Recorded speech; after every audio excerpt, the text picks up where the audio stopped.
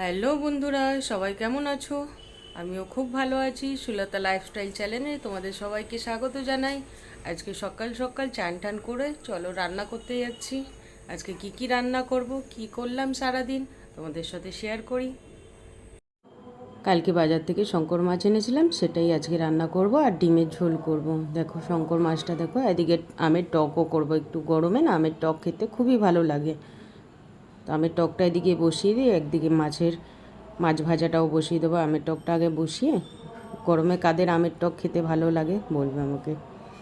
এদিকে মাছ ভাজাও হয়ে গেছে, ব্যাস এদিকে মাছ ভাজা করে এদিকে আমের টকটাও নামিয়ে নিয়েছি। মাছ ভাজা হয়ে গেল, আর একটু ডিমের কারি করব আলু দিয়ে একটু।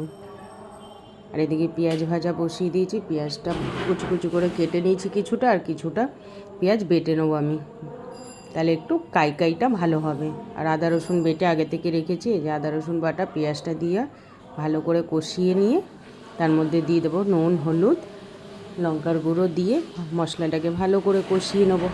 নিয়ে মশলা কষানো হয়ে গেলে এর মধ্যে জল দিয়ে, জলটা ফুটলে মাছগুলো দিয়ে ঢাকা দিয়ে রেখে দিলাম অন্যদিকে। এদিকে কড়াইয়ের মধ্যে তেল, পেঁয়াজ বাটা, আদা রসুন বাটা, লঙ্কার গুঁড়ো, হলুদ, নুন সব দিয়ে মশলাটাকে ভালো করে কষিয়ে আলুগুলো দিয়ে দেবো। আলুটা কষানো হয়ে গেলে তার মধ্যে ডিম দিয়ে দেবো। আর এদিকে দেখো শঙ্কর মাছটাও বেশ হয়ে গেছে, ওপর থেকে ধনেপাতা দিয়ে সার্ভ করে দিলাম। এদিকে ডিমের ঝোল হয়ে গেছে, গরম মশলা দিয়ে ডিমের ঝোলের কারি।